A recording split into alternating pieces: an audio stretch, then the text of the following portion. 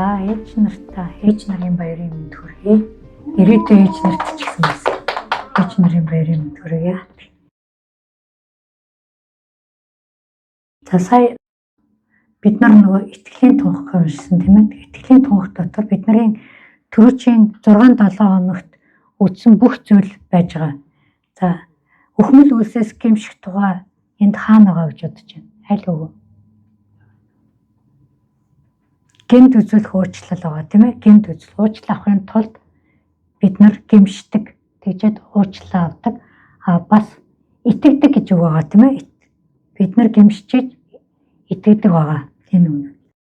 За бурханд итгэх итгэл гэж байна тийм ээ. ертөнцийн эзэн эцэгт итгэдэг.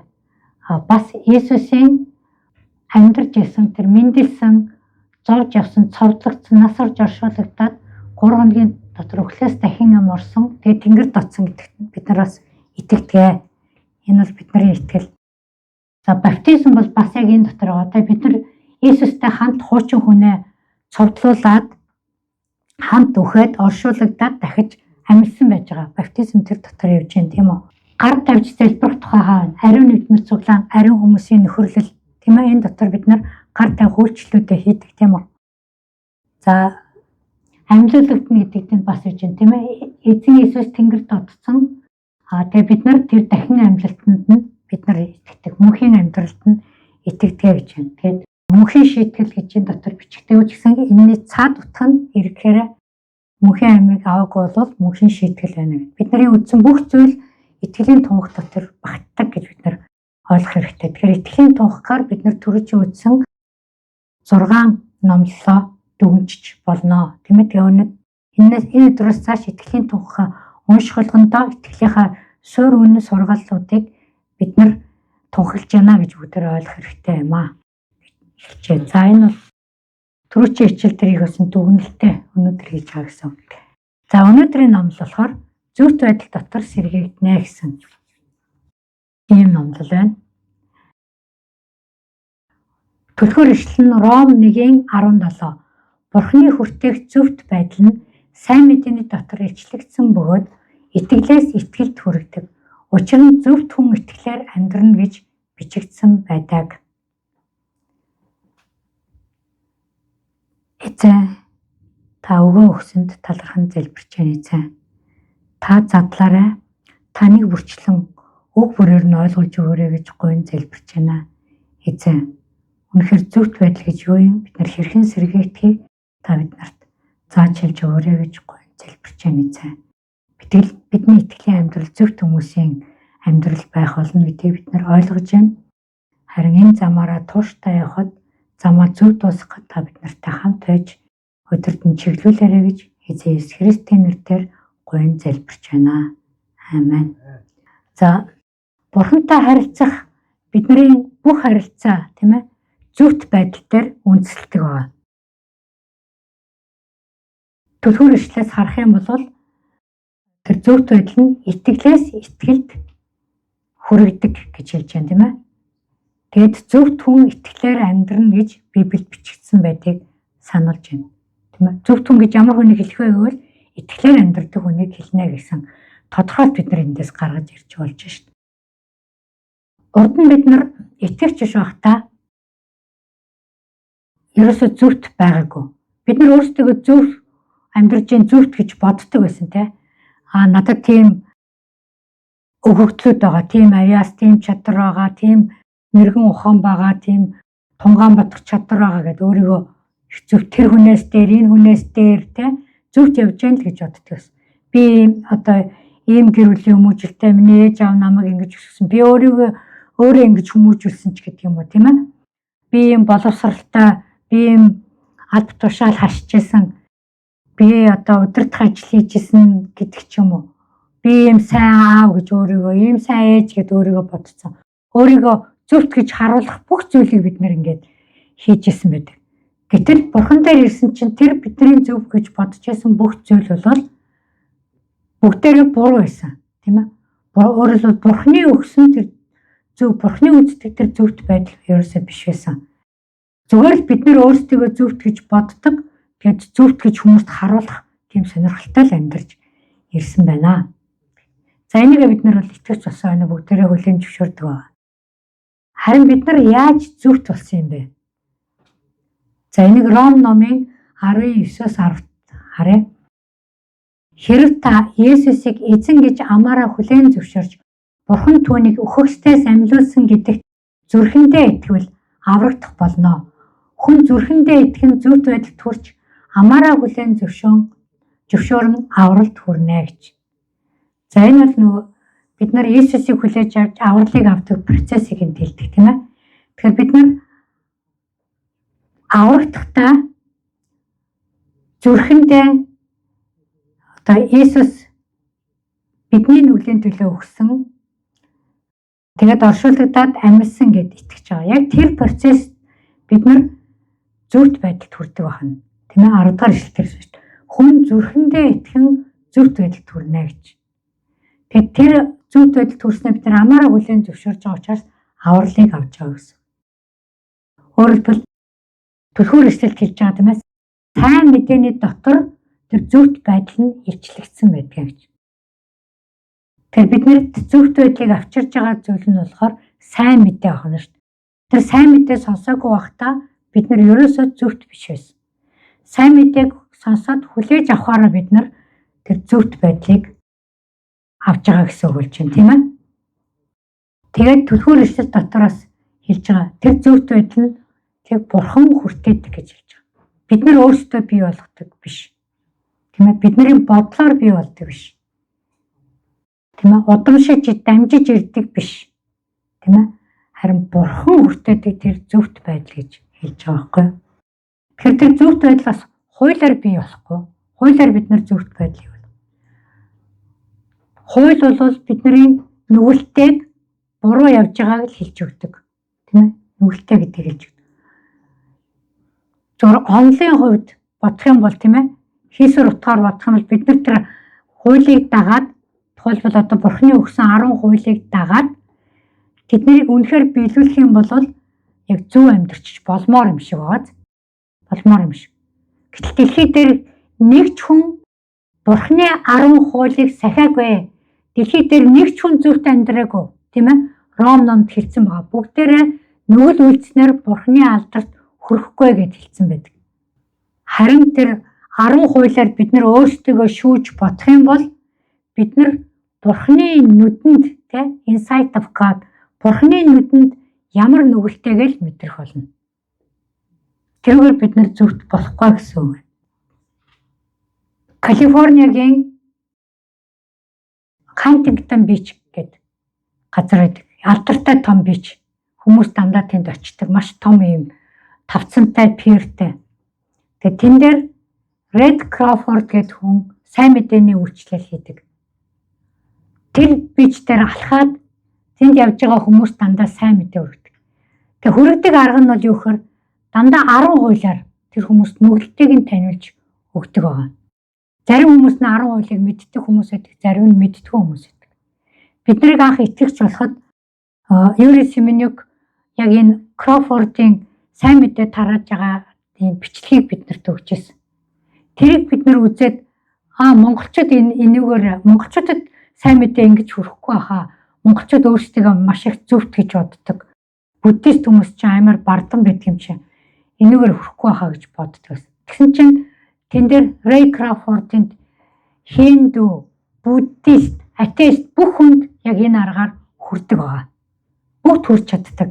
Тэгээ юу яаж хүрдэг вэ гэхээр та өөрийгөө сайн хүн гэж боддгоо гэдээ асуудаг байхгүй юу?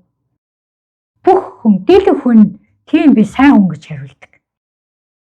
Тэгэхээр та амьдралдаа худлаа хийж үзсэн үү гэдээ асуудаг. Хүмүүс худлаа хийж үзээгүй нэг ч хүн тэнд байдаггүй. Үтсэн гэж хэлдэг байхгүй юу? Тэгвэл та зөвхт хүн биш шүү дээ. Библиэд хэлэхдээ ийм 10 хууль байдаг. Тэгээ худлаа ярьсан. Тэр 10 хуулийн нэгэнд нь худлаа ярьсан болвол та нүгэл үлдсэн гэж хэлдэг. Та нүгэл үлдсэн л зөвхт хүн биш шүү дээ гэж ингээд хэлчихдэг байхгүй юу? Бүх хүнд яг ийм аргаар хүрээд явдаг. Тэгсэн чинь хүмүүс 10 хуулийг мэддэг хэрнээ өөртөө нүгэл үлдсэн хэрнээ өөртөө зөвхт гэж бодоод л явдаг байхгүй юу? Хүмүүсийн зөвхт гэдэг бодол ерөөсөө тийм байдаг байна. Гэтэл тэр сайн мэдээний дотор тэр зөвхт байдал илчлэгддэг гэж байна. Яаж илчлэгддэг юм? За энэ тухай бид нар цаашаа ингээд үзнэ. Ямар ч байсан хуулиар бид нар зөвхт болохгүй 10 хуулийг сагснаар. Ром 3:21, 3:28-ыг хэдүүлээ харагдах юм. Ром 3:21 харин идүүгээ Бурхны зөв нь хуулиас ангид илэрхийлэгдэв. Үүнийг хууль ба иш үзүүлэгчид гэрчилсэн юм аа гэж. Ром 3:28 дээр нь учир нь хүн хуулийн үйлсээс ангид итгэлээр зөвтгөгддөг гэж бид үздэг гэж. Тэгэхээр зөвхт байдал бол хуулиар ирэхгүй гэдгийг Библиэд хэлээд өгсөн байна, тийм ээ. Түрүүн Ром 10:10 дээр зүрхэндээ итгэн зөвхт байдал төрнө. Тэгэхээр зөвхт байдлыг бид нар итгэлээр л авах нь. Есүс дээр нэг хуулийн багш ирсэн, тийм ээ. Хуулийн багш гэдэг бол Библийг маш сайн судалсан, тэр хуучин гэрээгээ маш сайн судалсан. Одоо фарисей болох гэж байгаа тийм хүн ирж байгаа гэсэн үг шүү дээ, тийм ээ. За тэгээд тэр залуу ирээд юу гэж хэлсэн? Тэнгэрийн хаанчлал руу яаж орох вэ гэсэн. Тэр 10 хуулийг маш сайн судалсан. Тэгээд Иесус 10 хуулийн тухай хэлж өгөхөд юу гэсэн? Би тэр хуулийг чинь бүгдийг сахих юм а гэж хэлсэн байхгүй. Өөрөө нэг зөрчөөгөө гэж өөрөө үтсэн байна л да. Тэгсэн мөртлөө тэр хүний дотор юу вэ? Тэнгэрийн хаанчлалд орж чадахгүй гэсэн айдас байна шүү дээ. 10 хуулийг сахицсан ирнэ, тийм ээ. Тэр айдастайгаа Иесус дээр ирж байгаа. Тэгээд Иесус дээр ирэхдээ сайн багшаа гэж хэлдэг, тийм ээ. Иесусийг бурхан гэж хүлээн зөвшөөрөөгүй байгаад. За тэгээд Иесус юу гэсэн? Зөв юм хэлэх гэж оролцсон. Юу гэж хэлсэн? Бүх хөрөнгөө зараад ядуус тарааж өгөө гэж хэлсэн. Тэгээд тэр хүн тэгж чадсан уу? Чадаагүй шүү дээ. Санаа алдаад эргээд яваад өгсөн мэт. Өөрөлдвөл Иесус бурхан тэнд зогсоод зөвхт байдлыг өгөх гэж байхад, тэгээ физикли өгөх гэж байхад хүлээж аваагүй яваад өгч байгаа байхгүй юу? Тэр нөгөө асууж ирсэн Тэнгэрийн хаанчлалд орох арга замыг хэлж өгч байхад авахгүй яваад өгч байгаа. Тэгэхээр тэр хүн Иесусыг үнэхээр бурхан гэж бодож байсан бол, тийм ээ. Өөр бурхан хангадаг гэдэгт итгэжсэн бол тэр үед ядуус бүх хөрөнгөө тараагаад өгсөн ч бурхан дараа нь тэрийг өөрт нь 30, 60, 100 дахин өгнө гэдгийг мэдэх ёстой шүү дээ, тийм ээ. Тэр хуулийг хичнээн сахиад ч итгэл гэж байхгүй байгаа байхгүй тэр хүн. Итгэл байхгүй учраас зөвхт байдал байхгүй, тийм ээ. Гэтэл Иов номыг уншихад яадаг вэ? Иов бүх зүйлээ алдсан, тийм ээ. Эд хөрөнгөө алдсан. Эхнэрээс хүүхдүүдээ алдсан, бүх хүүхдүүдээ алдсан. Эрүүл мэндээ алдсан. Иовд ганцхан юу байсан? Бурханд итгэх итгэл байсан, тийм. Тэгээ эхнэр нь ирээд тэг бурханаа хараагаад өөх гэж хэлэхэд бурханыг ч хараагаагүй. Тийм ээ. Тэгэд Иов итгэлээрээ зөвхт байж чадсан байхгүй. Бурханы өмнө зөвхт байсан учраас бурхан буцаагаад өөр хүүхдүүдийг эд хөрөнгийн дандаа 2 нугалж буцааж өгсөн байдаг, тийм ээ. Яг тэгвэл Иов бурхан өөрийг нь тийм байдалд оруулаагүй гэдэгт итгэжсэн байхгүй. Бурхан өөрийг нь өвдүүлээгүй, бурхан өөр хүүхдүүдийг авч яваагүй, тийм ээ. Бурхан өөрийг нь өвчлүүлээгүй гэдэгт итгэжсэн баг. Тийм учраас Иов бол тэр зөвхт байж чадсан баг.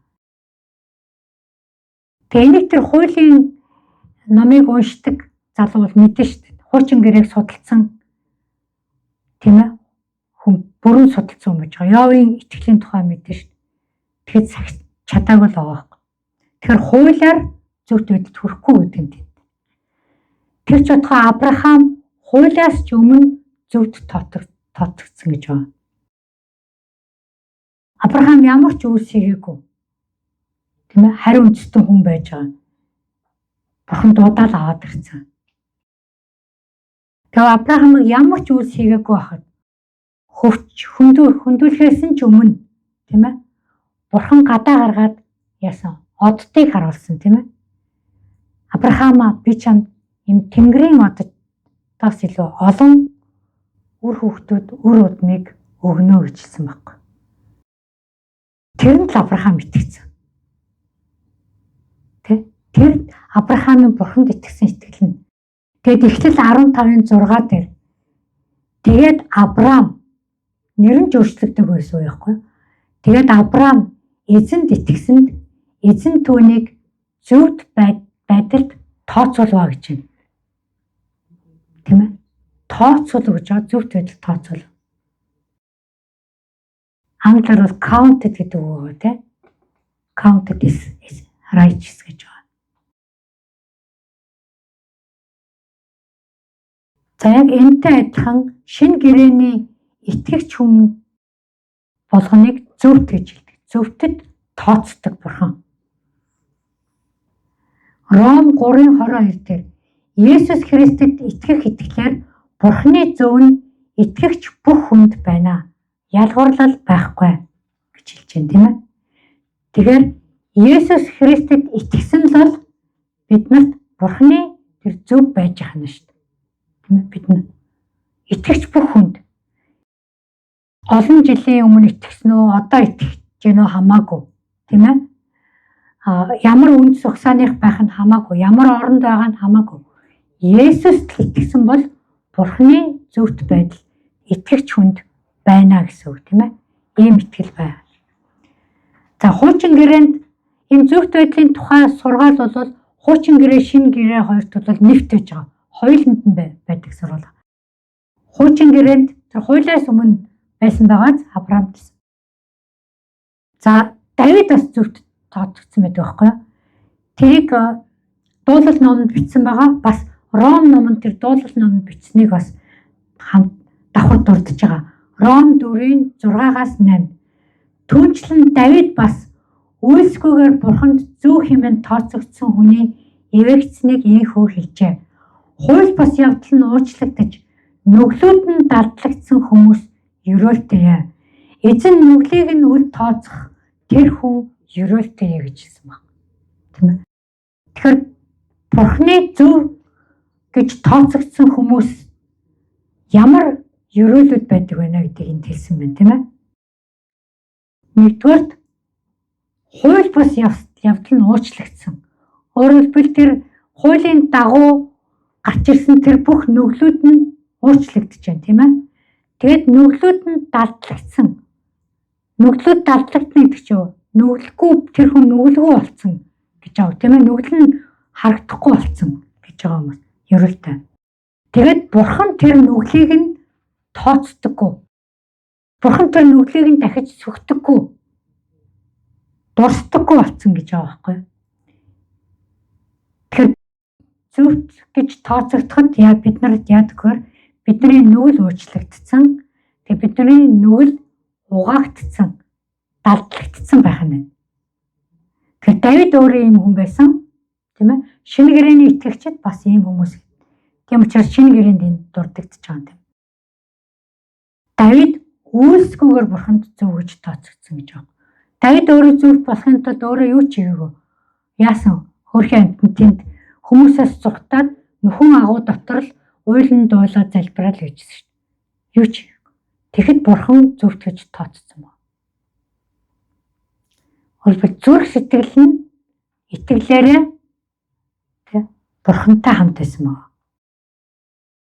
Тэгэхээр энэ ишлүүдэд юу хэлж байгаа нэхээр Авраам Давидыг зөвхтөд тооцсон.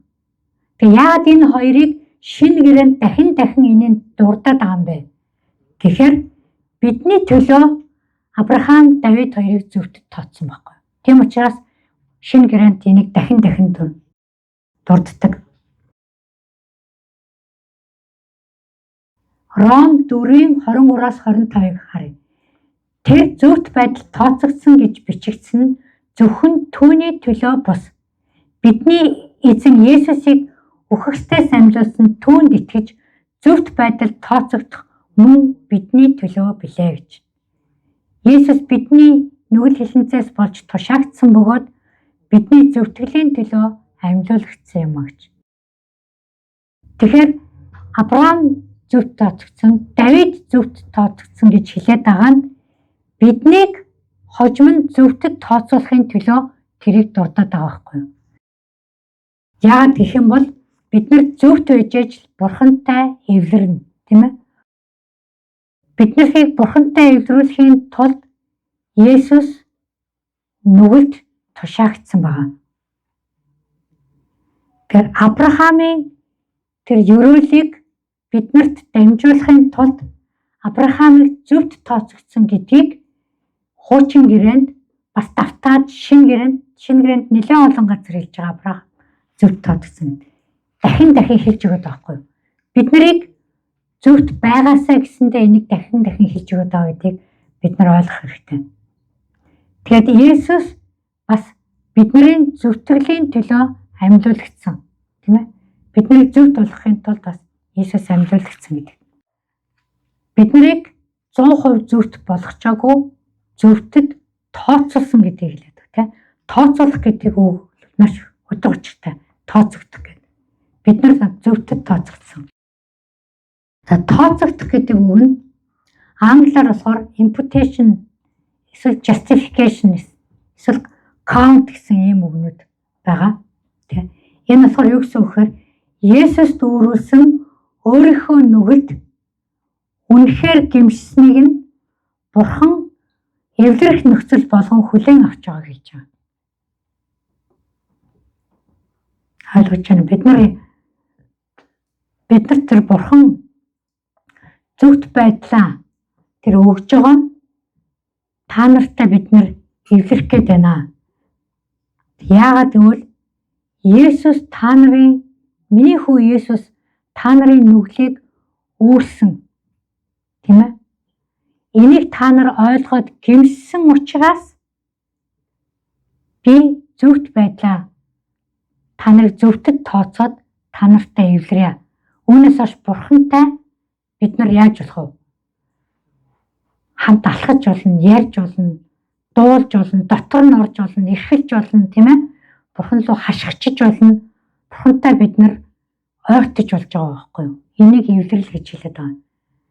Тэрнээс өмнө хуучин гэрээний хүмүүс чадахгүй байсан шүү дээ. Дандаа тахилч нараар дамжиж байсан, тийм ээ?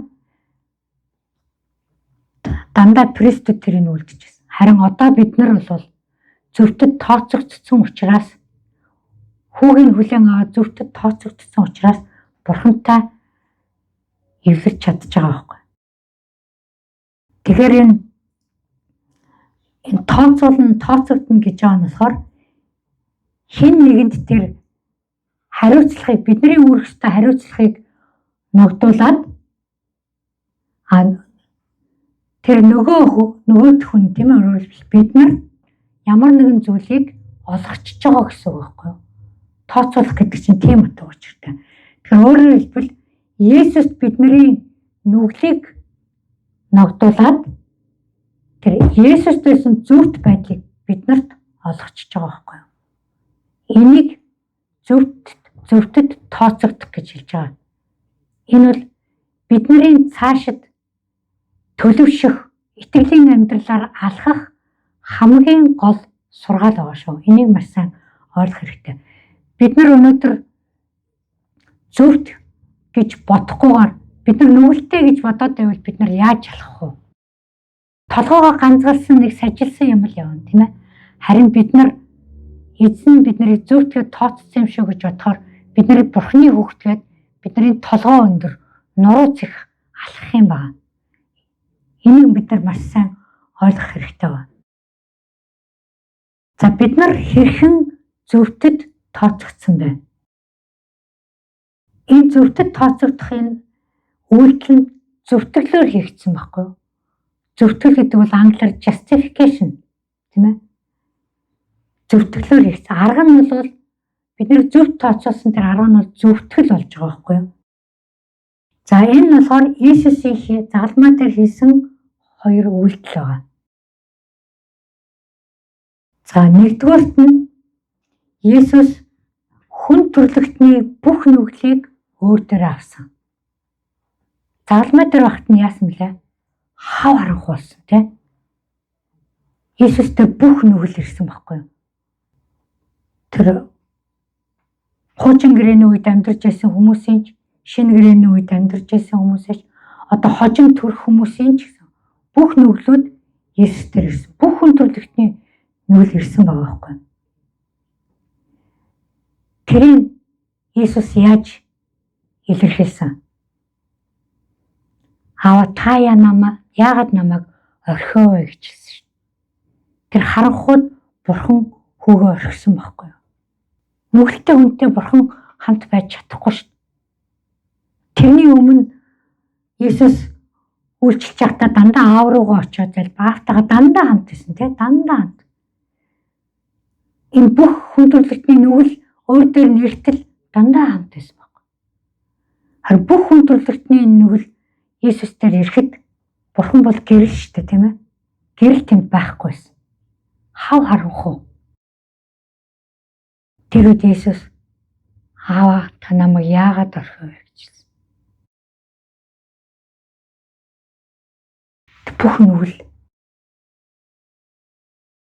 Тэгэд Есүс тэр үед нүгэлтэд тооцогдсон тий. Есүс нүгэлтэд тооцогдсон баг. Харин бидний бүх нүгэл Есүс тийшээ шилжсэн учраас бид нар нүгэлгүүд тооцогдсон баг. Хоёр юм тооцогдсон байгаа зэн дээр. Хоёр юм тооцогдсон. За дараа нь Есүс юу хийсэн бэ? Загалмай дээр үхсэн тийм ээ.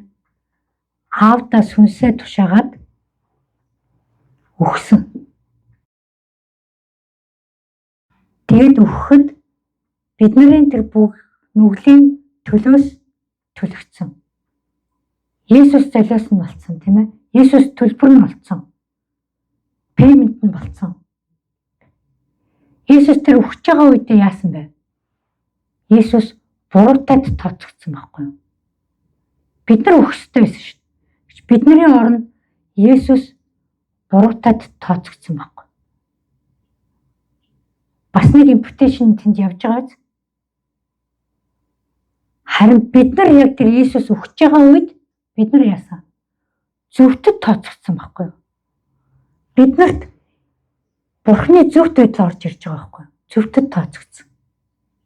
Бид нар энийг ойлгоод Есүс яг бидний нүглийн төлөө үхсэн юм а, бидний нүглийн төлөөс яг төлсөн юм а гэж ойлгоход бид нар зөвхөд тооцогдсон. Яг энэ загалмай дээр хийсэн энэ хоёр үйлдэлээр хийгдэж байгаа байхгүй. Ийм сүнслэг солилцоонууд явагдсан байхгүй юу? Тийм учраас маш гүнзгий утга учиртай юм болсон шүү гэдгийг бид нар ойлгох хэрэгтэй. Энийг зөвтгөлийн үйлдэл гэж хэлдэг тийм ээ. Бид нар justified болсон гэж. Бид нар justified болсноор righteousness биднэрт орж ирж байгаа гэсэн үг тийм. Righteousness imputed гэдэг зөвхт байдалд бид нар тооцогдож байгаа гэж хэлж байна. За загалмай дээр Иесус бидний бүх гэм нүглийг ингэж арилгасан байгаа тийм ээ.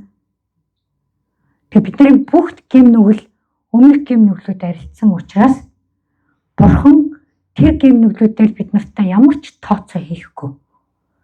Бидний урд хийсэн гэм нүглүүдийг Бурхан сануулахгүй, дурсахгүй тийм ээ.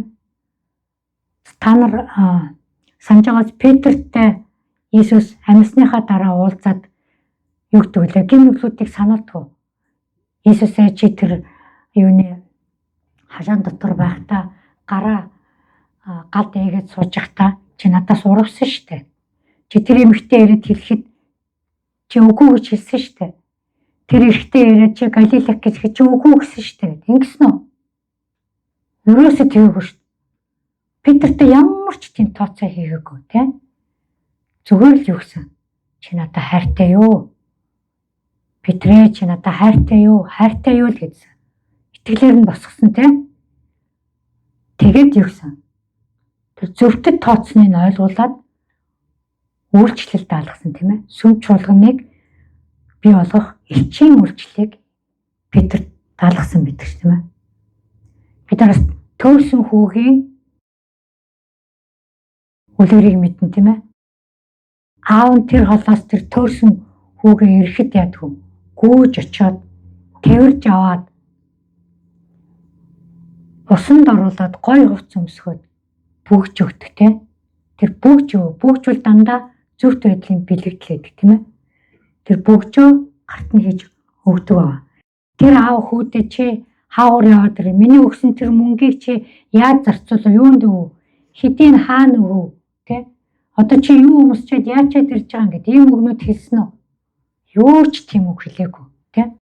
Тэр хийсэн нүглийн юус дурсан. Ах нь харин хүүхд чинь тэгж ирчээд ахад гэж ах нь сануулад идэх тийм ээ. Бидний зөвхт байдал бол дараагийн бидний бурхантай нөхөрлөхөд хэрэгтэй зүйл байхгүй. Бурхантай бид нар байнга нөхөрлөхийн тулд бид нарын зөвхт байдлыг нь хүлээж авах хэрэгтэй, хүлээж авсан байна. Бид нар бурханы өгсөн зөвхт байдлыг хүлээж авч чадахгүй бас яадгүй. Итгэж байхаасаа өмнө байсан нүглүүдэд бодоол гимшил тэрийг арилгуулсан гэдгээ бид нар ойлгохгүй дахин гимшил эсвэл нүгэл хийгээд санамсаргүй нүгэл хийцэндээ буцаад бурхны өмнө ирэхгүйгээр тэр чигтээ яваад өчтдөг энэ хүмүүс байгаад байт. Тийм шүү. Зөвхт байдлаа бурхан эзэн буцааж авахгүй. Бид нар угаасаа зөвхт болсон учраас санаатай бид нар гим нүгэл хийхгүй. Санамсаргүй юмнууд хийн, тийм ээ. Итгэлийн амьдрал дотроо унж босох юмнууд байна. Харин бурхан бол зөвхөн хүрээ тэр төрсөн үгшүүл хүрээ тэр бидний нулимсыг арчаад биднийг тайвшруулад сэргээгээд авнаа л гэж хэлж байгаа байдаг тийм ээ. Тэгэхээр энэ зөвхт байдлыг заримдаа юу гэж хэлдэг. Бид нар 100% зөвхт болоогүй ч гэсэн бид нар зөвхт тооцогдсон гэдэг бол юутай төстэй. Депозитны мөнгөтэй төстэй. Одоо бид нар байранд орох чинь рентний депозит гэж авдаг шүү дээ. Тэрнтэй төстэй байхгүй. Тэр депозит өгснөр бид нар тэр байранд орох эрхээ авчиж байгаа үстэй. Тэгэл амьдран гэхдээ сарынхаа төлбөрүүдийг бид нар хийн тэ. Тэрнтэй адилхан тэр бид нар зөвхт байдлыг ингээ урдчилгаа болцсон өгсөн учраас бид нар Тэнгэрийн хаанчлалд орно. Бид нар амьлна. Тэрэндээ итгэлтэй байж байгаа. Харин бид нар зөвхт болохын тулд ариусгагдаад чөлөөлөгдөөд эдгрээд явна. Тийм ээ? Тэрийг бид нарт ойлгуулж хэлж өгдөг. Тэгэхээр бид нар зөвхт байж ижил тэр бурхантай эвлэгдсэн гэдгийг мэдрэх нь штэ. 2 дугаар Коринт 5-ын 20-21-т. Иймээс бид Христийн төлөө хэлчин сайд нар юм аа. Бурхан биднээр дамжуулж ятгаж байгаачлан бид Христийн төлөө та нараас гуяа. Бурхантай эвлэрцгээ. Тэр нүглийг үл мэдэгч түүнийг бидний төлөө нүгэл болгосон юм аа. Тэгснээр бид түүний дотор Бурханы хүртээх зөвхт байдал болох юм аа гэж хэлж тийм ээ. За тэгэхээр энэ зөвхт байдлыг тайлбарладаг гол ишлүүдийн нэг 20 дугаар ишлэлт нь болохоор зөвхт байдал бурхантай эвлэрэхэд чухал гэдгийг хэлж өгч байна тийм ээ. 21 дугаар ишлэлт нь болохоор Есүс бидний төлөө нүгэл болсон учраас өөрөө ерөөсөө нүглийг мэддэггүй байсан Есүс тийм ээ. Нүглийг үл мэдгэж гэж байгаа байхгүй юу? Бидний төлөө нүгэл болсон учраас бид тэр Есүсийн дотор Бурханы хүртээх зөвхт байдал болох юм аа. Гол тодорхойлтч одоо энд явж байна тийм ээ. Одоо бид нар итгэгч хүмүүс хараад яаж зөв амьдарч байгааг нь шууд харна. Практиктэр энэ хэрэгждэг зүйл байхгүй юу? Бид нар тэднээс өөр шийдвэрүүдийг гаргана, өөр амьдралаар амьдрна, тийм ээ? Тэднэртэй адилхан сэтгэдэг байсан шал өөр болцсон байна. Хүмүүс бидний өөрчлөлтийг хардаг. Энэ бол бидний Бурханаас хүрсэн тэр зөвхт байдлууд маань байгаа байхгүй юу? Тэр Бурхан хүртээж байгаа учраас зөвхт байдал бол бэлэг байхгүй юу? Бэлэг. Тэр Бурхан бэлэг өгч байгаа чинь бид нар авахгүй энэ тэргээл яахгүй шүү дээ. Гэхдээ ядаж заа яах нь үтэй гэж авах хэрэгтэй шүү дээ тий. Яг бол бид нар юу ч хийгээгүй, бид нар юу ч төлөөгүй тий. Тэгэхээр зүгээр л хүлээн авах хэрэгтэй байхгүй юу? Тий. За Ром 5:17 дээр учир нь хэрв ганц хүний алдаа зөрчлөөс болж ганц хүнээр дамжуулан үхлэн ноёрхсон бол тэгэх тусмаа нэгүслийн баялагийг болон зөвхт байдлын бэлгийн бэлтгэлийг хүлээн авахт нь Есүс Христ гэгч ганц хүнээр дамжуулан амь дотор ноёрхно гэж байна. Энд нөгөө эхний Адам, хоёр дахь Адамын тухай ярьж байна тийм ээ. Эхний Адамаар биднэрт нүгэл ирээд бидний амьдралд нүгэл нойрхдаг болсон. Харин хоёр дахь Адамаар бид нар яаж байна? Зөвхт байдлын бэлгийн бэлхлийг хүлээж авсан гэж. Энэ зөвхт байдлын бэлэг нь бүр бэлхдэг байна шүү дээ. Тэ? Нөгөө хайрцаг задлах дотроос нь бэлэг гарч ирээл идэх шиг гараад идэх байна шүү дээ. Тэгэхээр бид нар улмал зөвхт болоод яваад байна л гэсэн үг байгаа байхгүй тийм. Өнөөдөр бид нар нэг буруу алхам хийхэд маргааш тэрийгэ засаад зөвхт болоод тэгээ тэнгэрд очихлоо бид нар зөвхт болсоор л явна гэсэн үг байна шүү дээ. Тэгэхээр зөвхт байна гэдэг бол бидний таних тэмдэг, identity. Бидний бас байр суурь, position тий. Бид нар сэргээлтийн хичээлдээр ярьсан. Бидний зөв байр суурьнд очно гэдэг чинь бол яг энэ зөвхт байдлыг хүлээж авснаар бид нар яг тэр зөв байр суурьнд очиж байгаа байхгүй юу? Өөрөөр хэлбэл бид нар өөрсдөө зөв гэж бодсон байр суурьнаас юмд хандна гэсэн үг байгаа байхгүй юу? Бид нар хүмүүс юм хэлэхдээ за эргэлзчихвэл бид нар буруу юм хэлээд өгсөн байдаг те. Зөв гэж баттай хэлсэн бол тэр хүмүүс зөв юм л хэлээд өгсөн байдаг байхгүй тийм зүйл.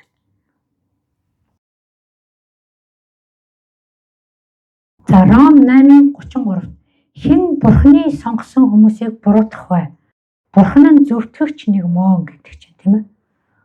Бурхан бол өөрийнхөө хүүхдүүдийг буруутгадаггүй. Эсвэл буруутгахгүй. Бурхан зөвтгөгч нэг мөн гэдэг нь тунхагласан биз дээ. Тэ? Бурхан биднийг дандаа л зөвт гэж харна. Харин хэн Бурхны сонгосон хүмүүсийг буруутгах вэ? Муу сүнслэл буруутгах. Буцар муу сүнслүүд буруутгах тий. Бурхан бидний өмнөх юмыг сануулахгүй байгаад муу сүнслэл сануулж өгч идэг. Тий. Бидний авралт эргэлзүүлж идэг тийм зүйлүүд. Муу сүнс биднийг буруутгах гэж оролдох үед бид нар Бурхны нүдэнд зөвхт гэж эсрэг нь бид нар тунхаглаж явах хэрэгтэй байдаг. Бид нар санаатаагаар нүгэл хийхгүй харин санамсаргүй алдаа гаргасныхаа төлөө эзний өмнө ирээд гимшээд уучлал гуйхад эзэн тэрийг дахиад цэвэрлээд байхгүй юм шиг болгочтой тийм ээ. Бид нар яг юм буруу юм хийснээ мэдж байна гэдэг чинь бид нар тэр зөвхт байр суурьнаас хандж байна гэсэн үг байхгүй юу? Тэ. Бид нар өөрсдөө зөвхт байр суурьнаас хандаагүй бол тэр ч буруу юм хийснээ ч мэдэхгүй яваа шүү дээ. Одоо Давид хаан юунд Бачибата завхаарчаад нүгэл хийснээ ойлгохгүй явж идэг те. Тэгэхэд Нейтэн иш үзүүлэгч ирээд хэлэхэд тийм ээ. Сургаалт дэлгүүрээр дамжуулаад хэлдэг шүү дээ. Тэгэхэд тэр сургаалт дэлгүүрийг ойлгочоод тэр ядуу айлын ганц хургийг галаад идсэн баяныг жигсэж хахад тэгээ жигшээд Давид хашгирж хахад тэр хүн чи мөн гэдэг хэлэхэд Давид өөрийнхөө нүглийг ойлгодог байгаа шүү дээ. Тэгээ Давид тэр үед эзнээс холдсон үедээ тэр нүглийг үйлдсэн тийм ээ. Дайн тултанд явж явах хэвээр хүн өөрөө тэнд сайхан амраад жаргаад байж байхдаа тэр нүгэлд өртсөн байдаг. Тэгээ тэрийг бүр ойлгоогүй ингээ явж. Тэр шиг бид нар бас заримдаа юм хийгээ буруу хийснээ ойлгоогүй явж хат ямар нэгэн байдлаар ариун сүнс биднэрт бас сануулж өгцөөлөд ч гарч ирнэ.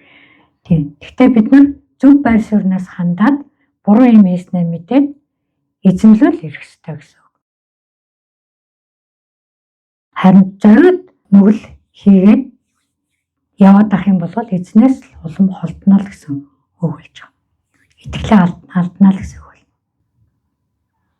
За хэрвээ бурхан дандаа л зөвхт хүмүүсийг зөвтгөөд те өөрийгөө зөвхт гэж боддог хүмүүсийг зөвтгдөг байх юм бол сайн мэдээ ерөөсөө нүгэлтийн хүмүүст ямар ч хэрэггүй болчихж байгаа байхгүй юу? Тэгэхээр итгэж биш хүмүүсийг аврахын тулд бид нар сайн мэдээ тарах хэрэггүй болчиход байгаа байхгүй. За бурхан өөрөө сонгол тэр зөвхт хүмүүсээ авраг гэх тийм байр суурьтай болоод байгаа. Бурхан бол юу гэсэн ертөнцийг үнэхээр хайрлсан тул гэж байгаа. Тэр бүх хүмүүсийг аврах зорилготой тийм ээ. Нүгэлтэй хүмүүст эмч хэрэгтэй гэж Иесус хэлсэн шүү дээ. Тэгээ бурхан тийм хүмүүсийг л эдгэх гэдэг байна. Тэгэхээр энэ зөвхт байдал бол тэр итгэгч биш хүмүүст бүр их хэрэгтэй байгаа байхгүй юу? Бүр их хэрэгтэй.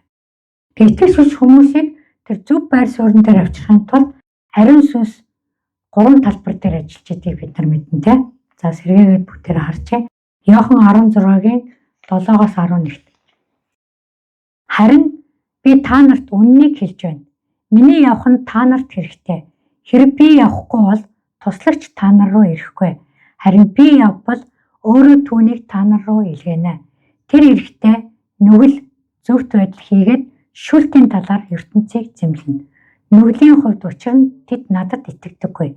Зөвхт байдлын хувьд учир нь би эцэгтэй очино. Та нар намайг дахиж харахгүй. Шүүлтийн хувьд учир нь энэ ертөнцийн захирагч шүүгдсэн юм а гэж хэлж байна. Ариун сүнс итгэгч хүмүүст хүрэхтэй яг энэ 3 талбараар яг хүрдэг тийм ээ. Нүгэлтэйг хэлж өгөөд тэр нүглээсээ салж олно. Иесус энийг хийсэн юм шүү гэж хэлж өгдөг тийм. Тэгээд Иесуст тэр итгэгч хүмүүс чи итгэдэггүй байж байгаа шүү дээ. Тэгээ энийг ариун сүнс ойлгуулж өгдөг гэж байгаа. Зөвхт байдлын хувьд ядгуур Иесус энэ дэлхий дээр амьдарч байхдаа зөвхт байдал болоод тэгээ үлгэр жишээ яг юм стандарт эталон болоод амьдарч байсан тийм ээ.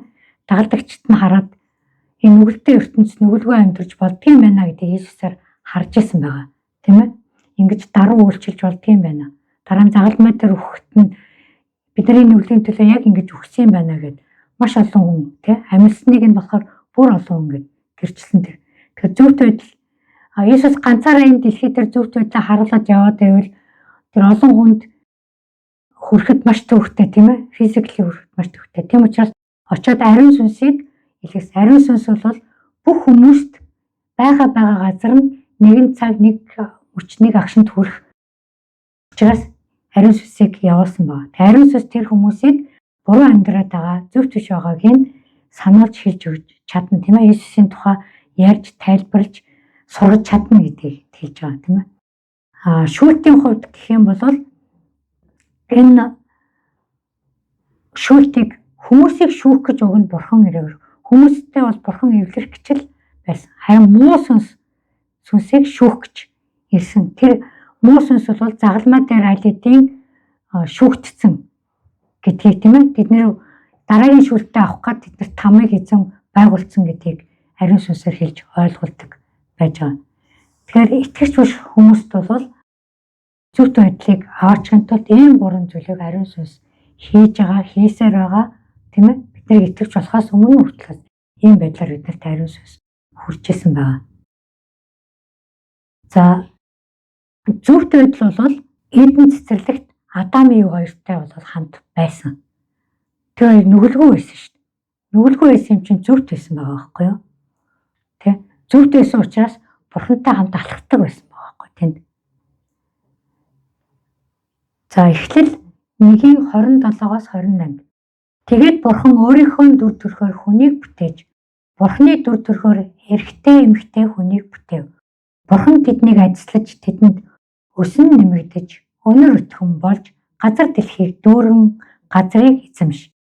Далайн загас, окторгын шувууд хийгээд газар дэлхий дээр хөдөлдөг бүх амьтдыг захир хэмээн айлдваа гэж хэлж байна. Тэгэхээр зөвхт хүмүүсийг ингэж ерөөжсэн байгаа байхгүй юу? Зөвхт хүмүүсийг ерөөлнө. Өсөн нэмэгдэж гэж байна те. Өсөн нэмэгдэнэ гэдэг бол амьдралынхаа бүх талбарт амжилт гаргаа гэж хэлж байгаа байхгүй юу? Энэ ерөөлүүд одоо биднэрт зөвхт тоотгсон хүмүүс байгаа шүү дээ. Тэрийг бид нар хүлээж авах хэрэгтэй. За өнөр өтгөн болж газар дэлхийг дүүргэн гэж хэлж байна. Тэгэхээр энэ ерөөл юу гэхээр тэр үед Адам Ив хоёр зөвхт хүмүүс байсан учраас тэр дэлхийг тэр адилхан зөвхт хүмүүсээр дүүргээрэй гэж ерөөжсэн байгаа байхгүй юу? Биднэрт энэ ерөөл яаж ирэх вэ гэхээр энэ дэлхийд бид нар аль болох олон хүнд сайн мэдээ хүргэж олон хүнийг итгэлийн амьдралаар авчирч зөвхт тооцоолох ажилд оролцсноор бид нар энэ ерөөлийг бид нар одоо түгээн гэсэн үг тийм ээ. Энэ дэлхийд түгээн тараана гэсэн үг. За газрыг эзэмших энэ бас ерөөл те. Энэ дэлхийг даатгсан байхгүй юу? Адам энэ газар дэлхий дээр яаж эзэмшихөр байгаа байхгүй юу энэ дэлхий. Тэгээ тэнд бас муу зүйлээс Эден цэцэрлэгт сатан байсан уу? Байсан шүү дээ. Сатан ч нөгөө өөрөө шууд биш ногоогоор дамжуулаад Евд хүрдэг шүү дээ. Тэгэхээр зөвхт байсан учраас тэр зүгээр байж байхдаа тэр муу юмд ерөөсөө олзлогдохгүй байсан байгаа байхгүй юу? Харин муу сүнс яасан? Үдчихэж олзсон байгаа шүү дээ.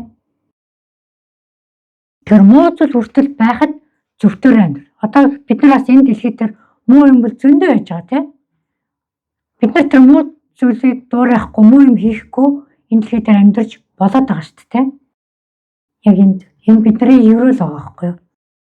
За дараа нь бүх загас шувуу амьтдыг хөдөлдөг бүх амьтдыг захир гэж ийм тушаалыг өгсөн байгаа. Энэ бас ерөөл байгаа тийм ээ. Бүх амьтдыг маш том эрх мэдэл өгсөн байгаа байхгүй юу? Authority өгсөн. Одоо итгэгч хүмүүст ямар эрх мэдэл өгсөн? Есүсийн бүх эрх мэдлийг өгсөн. Есүс газар тэнгэр дээрх бүх эрх мэдлийг авсан тийм. Тэр эрх мэдлийг бид нар хамтран эзэмшиж байгаа шүү дээ. Тийм ээ. Тэр зөвхт хүмүүст энэ ерөөлүүд бүгд Адамд өгсөн энэ ерөөлүүд бүгд бас өгөгдсөн гэсэн үг тийм ээ. Бид нар болохоор ийм их ерөөлтэй амьдралаар амьдарч байгаа гэдгийг ойлгох хэрэгтэй. Тэгэхээр нүгэлт унахаасаа өмнө Адам Ев хоёр тэр зөвхт байр суурин дээр байхад ийм ерөөлүүд ирчихсэн тийм. Тэгэхээр нөгөө зөвхт байдлын бэлгийн ерөөл гэдэг хаана вэ?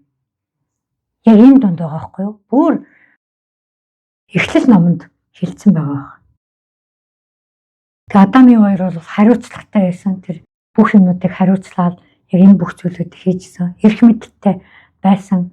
Бурхны хаанчлал тэнд нь байсан. Тийм ээ? Тэгээ тэдний зөвхт байдал нь тэр Эден цэцэрлэгт Бурхны хаанчлал байх тэр суурь нь болж өгчээсэн юм байна. Гэтэл тэр хоёр муу сүнсэнд хуурагдаад нүгэлд унчихсан тийм ээ. За тэрнээс хойш бүр дэлхийн хүртэл зөвхт биш болсон шүү дээ. Газар дэлхийн хүртэл харагдсан. Бүх газар үржил шимтэй байсан бол зарим газар нь үржил шимгүй болсон байж байгаа шүү дээ. Өхмөл болсон энэ төр. Тэг бид нар одоо газар нутгийг эдгээгээч хүртэл бид нар залбирдаг үстэй тийм. Тэр нөгөө юуны Кришны бүх нөгөө сургаалуудаар үйлчлэл явуулдаг. Reasons for hope гэдэг үйлчлэл тийм. Reasons for.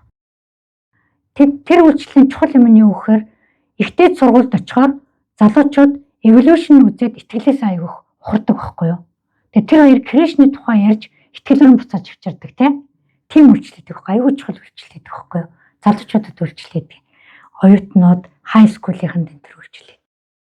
Тэгээд тэр шумал яагаад үүссэн гэдэг нэг залуу асуужсэн байхгүй юу? Тэгээд тэрэн дээр хэлсэн. Бүх ялаа зүгээр л ингээ ялаанууд байсан. Тэгээд уналтын нүгэл ирсний дараа шумал үүссэн гэж. Ялаа хүртэл тийм болж хуурсан гэж хэлчихсэн байхгүй юу? Тийм сонин юмнуудыг олж. Тэгээд тэр бүр библийн ишлүүдээр тайлбарлан тэрийг тийм аюу тийм. Тэгэхээр амьтад төрөл зөвхт байр суурин дээр яснаа тэр бас буруу байр суурин дээр очсон байгаа байхгүй юу? Тэгээд дараа нь тэр нөгөө бурхан хэлдэгчтэй газар харагдсан, амьтад харагдсан, тэг хүн харагдсан тэр дөрвөн төрлийн хараал нүглээр дамжиж орж ирдэг шүү дээ. Тэгэхээр нүгэл бол тэр хараалуудыг авчирсан байгаа. Тэгээ Иесус тэр нүгэл болж өгснээрээ бид нарыг буцаагаад яг энэ Адам Ев хоёр Эден цэцэрлэгт байхдайсан тэр зөвхт байдлын суурилыг авчирч байгаа байхгүй юу? Энийг бид нар энэ сэргээгцэн амьдралын хичээлээр бид нар үзээд байгаа тийм ээ. Тэгэхээр энэ тэр анхны тэр зөвхт байдлын суурилыг авчирхын тулд бид нарыг бурхан яг эдгэж чөлөөлж байгаа байхгүй. Бид нар хэдийгээр өмнөх нүглүүдээс чөлөөлөгдсөн ч гэсэн бидний тэр өмнөх нүглүүдийг мартаагүй муу сүнс тэр нүглээс үлдсэн тэр бидний сорин дээр ингээд хөндөрлөд дараад тэ чимхэд тэгээ тэрнээс үүссэн тэр хорсол гомдол уучлалуудыг бид нарт авчираад идэг байхгүй юу? Тэгээ тэр нь бид нарт юу биеийн өвчин авчирдаг. Тэгээ сэтгэл санааны гутралуу давчирдаг байгаа тийм ээ. Тэгээ тэрнээс бурхан биднийг эдгэж чөлөөлөхөөр ажиллаж байгаа байхгүй юу? Тэгэд нүглээ уучлуулчихсан тийм нүглээ бүр цусаар Есүсийн цусаар угаалгуулсан гэдэг байгаа шүү дээ. Тэр хүмүүст Есүс өөрийнхөө зөвхт байдлаа өгөхөд тэр зөвхт байдал нь бидний дотоод мөн чанарын нэг хэсэг болдог байхгүй юу? Зөвхт байдлаа бидний тэр би юмбэ гэдгийг нэг мөн чанартай бидний натурын нэг хэсэг болгож явдаг байхгүй.